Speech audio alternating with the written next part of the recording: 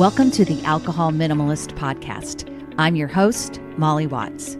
If you want to change your drinking habits and create a peaceful relationship with alcohol, you're in the right place. This podcast explores the strategies I use to overcome a lifetime of family alcohol abuse, more than 30 years of anxiety and worry about my own drinking, and what felt like an unbreakable daily drinking habit. Becoming an alcohol minimalist means removing excess alcohol from your life so it doesn't remove you from life. It means being able to take alcohol or leave it without feeling deprived. It means to live peacefully, being able to enjoy a glass of wine without feeling guilty and without needing to finish the bottle. With science on our side, we'll shatter your past patterns and eliminate your excuses. Changing your relationship with alcohol is possible. I'm here to help you do it. Let's start now. Well, hello and welcome or welcome back to the Alcohol Minimalist Podcast. With me, your host, Molly Watts, coming to you from, well, my friends, it is a perfect Oregon. That's right. Perfect. I said it. I don't even know what I feel sorry for those of you that aren't living in the Pacific Northwest right now, because honestly, it has been amazing. It is right at the top of the high 70s, low 80s, a breeze. And this morning I'm looking out at bright blue sky. It's going to get hot today. I think today's the hottest day of the week. It's going to be a little hotter than that. Not as perfect today, but I'm telling you, for the last week or so, it has been epic around here. So thank you, weather gods. We all know that I appreciate the sunshine. Hello, welcome back. And I before we jump into the show, I have a prize winner this week.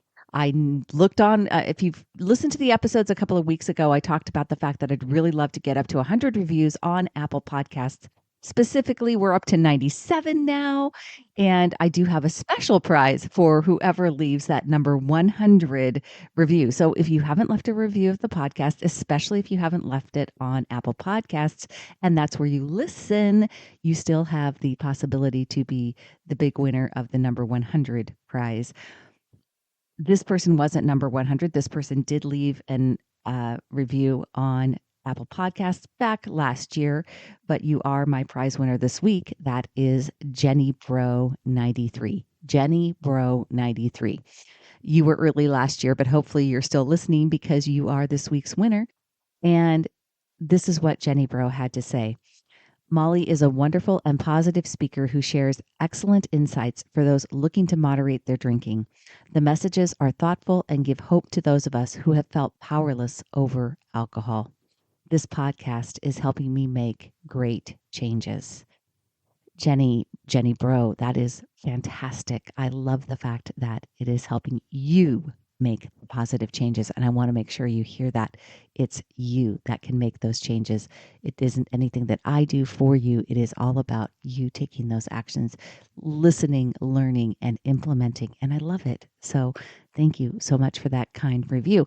If you would like to be entered into to the drawing for some alcohol minimalist swag, all you got to do is leave a review of the podcast anywhere you listen to podcasts. You don't have to leave it on Apple Podcasts.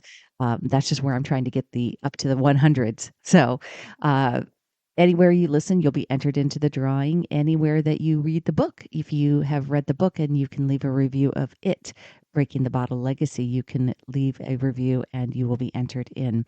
And then you just email me. So Jenny, email me, molly@mollywatts.com, and I will send you out your alcohol minimalist swag. So are you looking to make some real progress this summer? If so, if you would like to really make progress towards changing your relationship with alcohol, I would want to invite you to join me in my More Dry July Challenge. I have partnered with Sunnyside for this event, and it's a great time for you to try Sunnyside out if you're not already using it, because you get the whole 31 days of July free. And that's double the free period that they usually offer. And so it's a great opportunity to give it a try and see how it works for you. For me, I've built a plan this year to be 70% alcohol free, which I'm really loving, by the way. And part of my plan includes doing quote unquote more dry July. So it's not a completely dry month for me, but it is 21 of 31 days dry. That's what I'm doing. And if you go through the Sunnyside app with me, you can choose from different goal options, including fully dry. So if you want to do a totally dry July, that's of course available to you. Or if you want to do dry work nights, like Sunday through Thursday, or you can even plan for just half of what your normal consumption is. Okay, so that's a completely more dry July option. It's just completely customizable. And so I want you to stay tuned because the link isn't quite live yet to join, but it will be soon. And I'll be sharing that here. So come with me. Let's do more dry July. On to this week's show. Ready? I've titled this episode, Is What You're Doing Good Enough to Change Your Drinking Habit? I titled it that way because I really want to dig into some of the old stories and beliefs that you have about your drinking and how they tend to fuel the idea that whatever you're doing isn't enough to create sustainable change. This episode is especially for all my perfectionistic thinkers and those of you who still carry a lot of shame around for old drinking patterns or events that are still coming up for you while you're doing this work of changing your relationship with alcohol. Here's what I see happen so often as people begin to do this work. They literally convince themselves that what they're doing isn't a complete 180 from their current drinking, then it's not good enough. And this plan isn't going to work for them. If you've listened to this podcast for any length of time, you may have heard me talk about the doable drink plan. It's what I talk about all the time in my programs. And I recommend really in the beginning, meeting yourself where you are at to start. And that's a sticking point for people. This is what I want you to understand. That sticking point isn't really about the tactics and the actions like the making a doable drink plan. It's really about the thoughts, fears, and sentences that come up in people's brains about what they're doing. It's our brains that tell us it isn't good enough. You're not doing enough to change your drinking. Actually, a little aside here. This is really why coaching can be such a valuable tool. We aren't always able to challenge our own thinking ourselves, especially in the beginning, because so often our thoughts are coming up unconsciously and we're just accepting them as truths. And I did that for years. So I totally get it. And another side note on this, if you're not already in the Alcohol Minimalist Facebook group, I really invite you because this is a place where I'm very active in the group. And oftentimes when people post in there, I share coaching comments to challenge, remind, encourage them, and help them see their own thinking as they are working on change. And the Facebook group is a free resource. So I just want to invite you. It's not exactly like other Facebook groups. It's similar in terms of creating a community of like-minded people who are very supportive and who are interested in moderating or mindful drinking. But my community has that, and there is coaching. It just makes the group a little bit different. It's definitely supportive, definitely motivating, but it's also constructive and instructive. At least I believe it is. I hope so. Okay, back to the point of your thoughts around what you're doing to change or what you're not doing, right? These it's not good enough thoughts can be sneaky because instead of showing up very clearly, like meeting myself where I'm at isn't changing anything, right? Which is just a version of it's not good enough. They can also show up sneakily, like this one drink won't matter. I can drink this because it won't matter. What's the difference between 2 or 3 drinks? It really won't make a difference, right? And I have to tell you, this is one of those ideas that kept me stuck for years because in the back of my mind, I believed that the only way to really change my drinking was to take an abstinence break. And because I didn't believe I could do that, I did nothing to change. I stayed stuck because I did not believe that I could take a break. And I believed that the only way to be successful in changing my habit was to take that break. I believe why the idea of a doable drink plan and taking small steps, setting doable goals with alcohol, especially, seems counterintuitive to people comes from two primary places. First, it's the long-standing narrative fueled by the recovery industry that the only way to change your drinking habits is to abstain, with the focus on the action of abstinence, right? So this is a long-standing, decades long embedded belief that we grow up with. That's really just a part of our the background of our thinking. And then, of course, too, we use our own past failures to change, and we use those missteps and off-plan drinking as evidence that we're not really capable of doing that work, right? We're not really capable of abstaining, or we're not really capable of changing. And so to avoid the possibility of off-plan drinking, the answer of abstinence seems like a better solution, because anything short of abstaining is not good enough. Now, to be clear, I'm certainly not opposed to abstinence, right? I'm not opposed to taking breaks from alcohol, and I'm not suggesting that it isn't right for you to want to take a break. However, I want you to make really sure that what you're doing aligns with your long-term goals, and you're not doing it from a place of fear or doubt that you're not capable of sustainable change without that break to get you started. Especially if your brain, like mine, was 90% sure that you won't be able to complete that break, right? Because again, when you feel that way, you don't do anything, is most often the result. And I will also acknowledge that there is some science in terms of the dopamine reset that your brain gets from taking an extended break.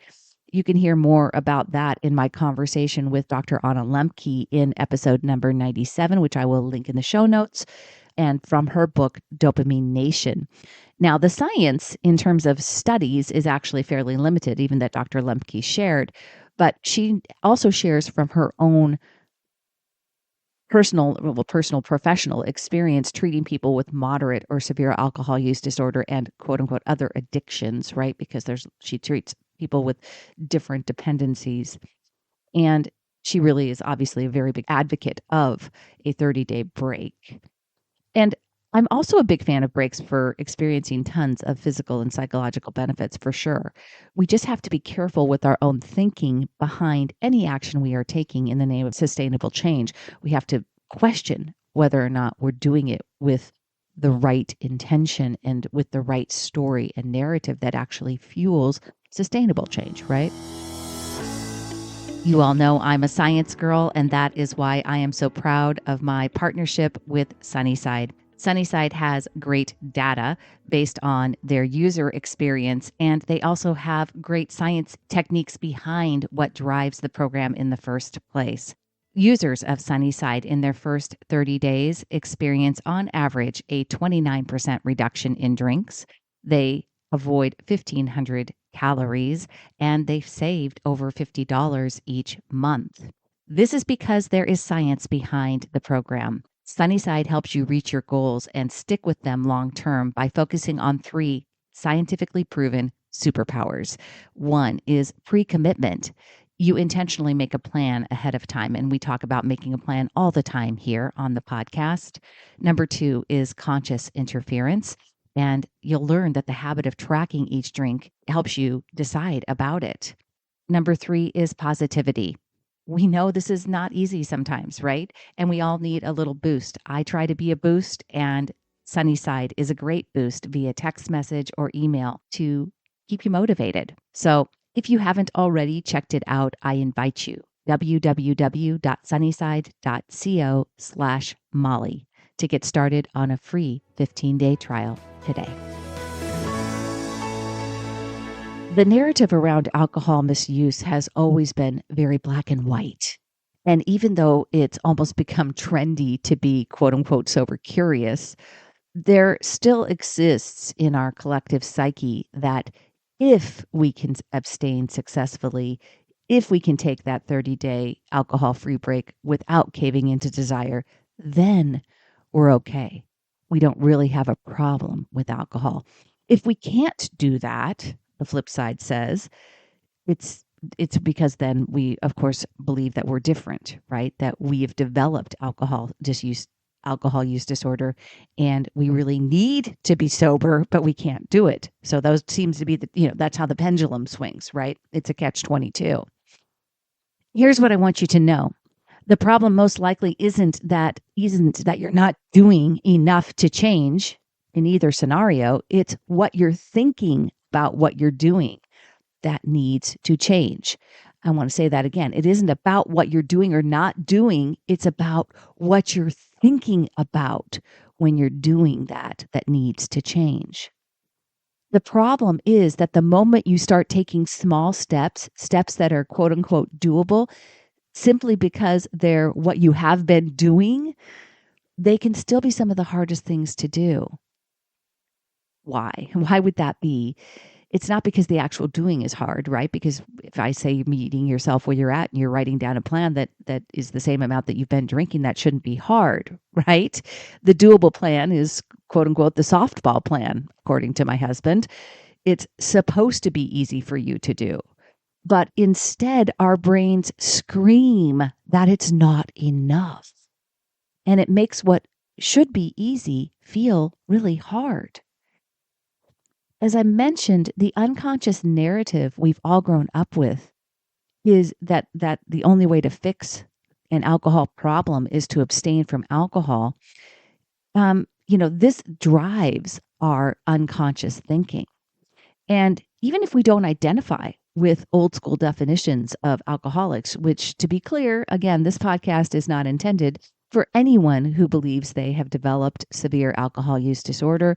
And if you're unclear on what that means, there is always a link in the show notes to the NIAAA for you to get more information or professional help. Now, I knew for myself that I wasn't an quote unquote alcoholic like my mother. I say it like that, alcoholic, like my mother, because that's what we used to say. That's the terminology we used to say. Now we don't really say that anymore, but I knew that I wasn't physically dependent on alcohol. I also knew I wasn't doing things like hiding bottles.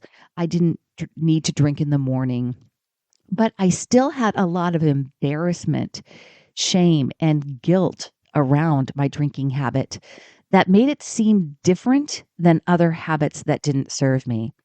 And the societal narrative that I'd grown up with and my experience with my alcoholic parent worked unconsciously in my brain and created my own story that to be different than to my mother, to be good, right? I simply needed to not drink. Simple in principle, but never simple for me to accomplish because I couldn't get myself to not want to drink. And I had also always used my missteps and off-plan drinks as proof that I couldn't successfully change my drinking habit. And it again underscored why abstinence felt like the necessary thing, right? If I simply took alcohol out of the equation, then I would never be tempted to go off plan, right? And this is definitely something I hear from people who I work with. And what I want you to consider still is that the problem isn't that drinking alcohol will cause you to be tempted. It's your thoughts around alcohol that still need to change. Can you have a drink and decide not to have 4 or 5 more? Yes, you absolutely can. Can you have 4 alcohol-free days every week and include alcohol in minimal ways the other 3? Yes, you absolutely can. Even though alcohol changes our brain's functioning when we drink it, this is absolutely possible. But again, that isn't what the narratives we've grown up with tell us. And that's the kind of that unconscious thinking that we're working against. So how do we get to that point where I'm talking about like these things that are absolutely possible? We get there by working on our thoughts and actually changing our neural pathways that have created a habit pattern for alcohol. This is the reason for the doable drink plan at its heart, okay? Inside my program, Making Peace with Alcohol, which, if you're keeping track, was supposed to be available at the end of May, is just about ready to launch. And inside, we dig deeper into the neuroscience and understanding more about the brain, including neuroplasticity, which is exactly what we're talking about when we're talking about rewiring our neural pathways. And part of that rewiring is what we think about our plan. Because I want you to hear me, doing enough is not an amount. It is a relationship with what you do. It is how you think about it. And it is so important that we start realizing that we need to have a new conversation with ourselves about what we're doing and that we are doing enough to change, to create sustainable change. I really understand these thoughts because when I first started doing this work, there was a big part of me that did not believe that a doable drink plan was going to be enough. And that's why those first actions are some of the hardest to do and to keep going, because not because they're big drastic changes, right? But because your brain will want to tell you it's not enough. And you know what a lot of us do when we don't think what we're doing matters or that it isn't good enough? We just stop trying right there. We give up. I did that for decades. I just didn't even start. We talk ourselves out of trying anything more because we convince ourselves it won't work. Instead of telling yourself that story, here's what I want you to do. Today, I want you to commit to making a plan. I want you to make it a doable plan. A doable drink plan is one that today you are 80 to 90% sure you will stick to. I want you to make it ahead of time, not in the moment, not when the desire to drink is already a part of the equation. I want you to aim for making that plan 24 hours ahead of time. I do not care if that number is higher than you think it should be. It's good enough to change your drinking if you simply make the plan and stick to it. Sometime soon, you will be ready to make that plan a little less than what it is today. I promise you, the biggest killer of sustainable change is not the amount that's in your glass or the number of glasses you're currently drinking. It's not what's going on outside of you. It's not your friends. It's not your family. It's not your past failures. It's in the moment when you're going to take that next small step and your brain tries to tell you that it's not good enough. In that moment, I want you to see that thought and I want you to say to yourself, it's okay that I think that it's not good enough. I'm going to do it anyway. I've told myself before that what I wasn't doing wasn't good enough. And I know that you hear me, right? You've said those things to yourself too. When you see that thought, when you see yourself telling yourself that what you're doing isn't good enough, remind yourself you're learning how to take small steps, and those small steps will create big wins.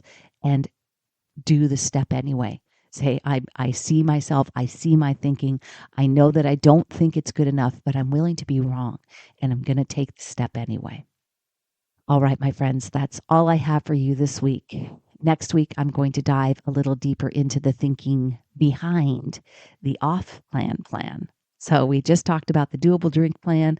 Next week, we're going to go behind the off-plan. We're going to take a look at curiosity and compassion and why it's so hard for some of us to not beat ourselves up with our mistakes.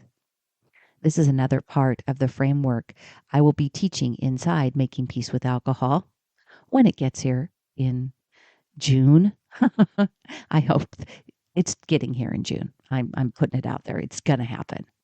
And this framework that I'm talking about is a key to sustainable change. All right. Until next week, my friends, choose peace. Thank you for listening to the Alcohol Minimalist podcast. This podcast is dedicated to helping you change your drinking habits and to create a peaceful relationship with alcohol. Use something you learned in today's episode and apply it to your life this week. Transformation is possible.